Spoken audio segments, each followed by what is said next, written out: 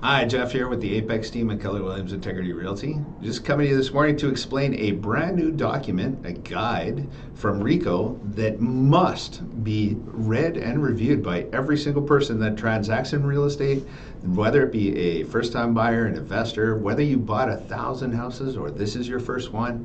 Also for renters and tenants and landlords, everyone needs to get a copy of this guide, have it explained to them, and read it. So what I've decided to do is make this video to explain it to you. The guide came out this morning and is part of the new Trust in Real Estate Act, or Trust in Real Estate Services Act, brought to us by RECO and ORAB, and it really has cemented and solidified how real estate is going to happen in Ontario for the foreseeable future, changing some of the rules and the laws. And this information guide, this RECO information guide, explains it all to you in detail. And so the guide really covers 5 or 6 different big issues. The very first one is what it's like to work with a realtor. So really what it covers here is the services we offer to sellers and the services we offer to buyers, and the 2 different types of relationships that you can have with a real estate agent. And there's a little twist in there that's kind of a third relationship. So we'll start with what we can do for sellers. For sellers, of course, nothing has changed here. We can photograph your property, list your property, stage your property, bring in anybody that we need to try and squeeze out the most value and get your sale done in the quickest amount of time possible. We also will still continue to do all of the marketing we've done in the past, all of the social media marketing, and the hard sort of direct mail or whatever else we were doing to build your property. That includes, videos, drone videos, 360 tours, everything that we used to do for a seller, we can still do. The only new twist is that our sellers can now give us permission to run kind of an auction where if we get multiple offers, we can disclose with their permission to the buyers the price, the terms, and the conditions of those offers so they can actually compete, and the one who wants the property more will be willing to pay more. So that's how we work with sellers. Working with buyers, not a lot has changed there either. We're still gonna help you locate a property, find out what's best for you, help you get your financing, deal with the lawyers and the negotiating and the inspections, appraisals, everything to do with buying a property. We'll do it all in-house for you, turnkey. There's nothing for you to do.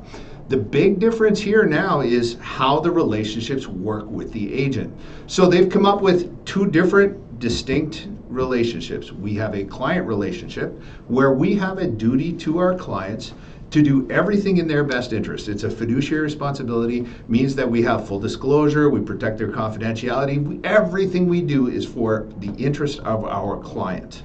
The second type of relationship, and this is for somebody who chooses not to work with a realtor at all, they're called a self-represented individual.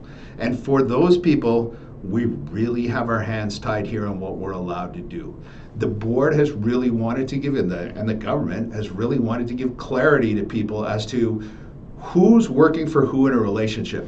When I'm in a client relationship with one of my clients, I'm working for them all of the time, no matter what. So if I'm a listing agent and you walk into a house as a self-represented individual, no one is looking after your best interest. I am there looking after the interests of my seller, not you. Always, I recommend people, always, it doesn't make a lot of sense not to have a realtor that you're the client of. So if I was doing this, I would always pick to be the client of a realtor.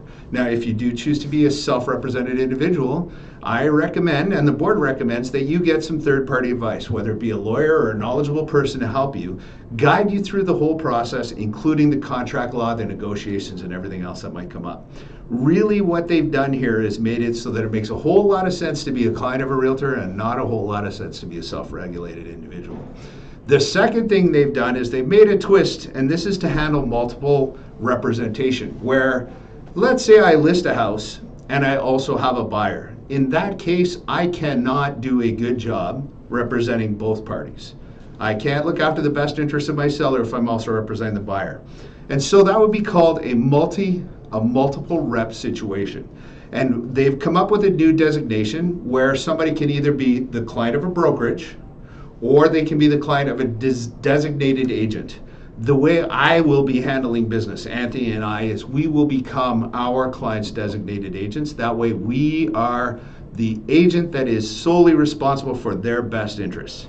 Then if a if an agent comes from our office to deal with that client, and they're not our agent, or a buyer comes from our office to deal with that client, they're not our buyer, they belong to somebody else, it is not a multi-rep situation. I don't know that buyer, I know my seller, and I have a contract to work for my seller.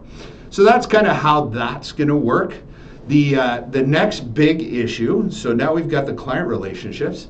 The next big issue is signing contracts, and it's important that everybody understand. I'm a realtor, but I represent Keller Williams Integrity Realty. When you sign a contract with me or with Anthony, whether you're a buyer or a seller or an investor or a tenant or a landlord, no matter what you are, your contract is with the brokerage, Keller Williams Integrity Real Estate. If something happened to me, they would approach you about assigning a new agent. You could choose to have a new agent assigned or not, but the contract itself is between you and the brokerage. I act as the go-between in between. Next, and sort of the last part of this whole guide, and I think this becomes hopefully not important for my clients, is how do you make a complaint? And that's fully explained inside the guide, how you make a complaint to either the broker of record from where the agent works, or if it elevates to that point, with RECO itself, and they'll deal with your complaints and handle all the problems. Hopefully, knock on wood, and that'll never be us. And that'll never be us, because I do look forward to providing the best possible service we can. Anthony and I are really looking forward to hearing from you. Hopefully you watch this video. Now, attached to this is also the document. The RECO information guide will be attached. Please take your time and read that document for us. It is important that you do it. We have an obligation to our industry to give this out to everybody. That's why you're getting this video. Thank you for watching. I look forward to helping you in the future. Again, it's Jeff Bayless with the Apex team at Keller Williams Realty.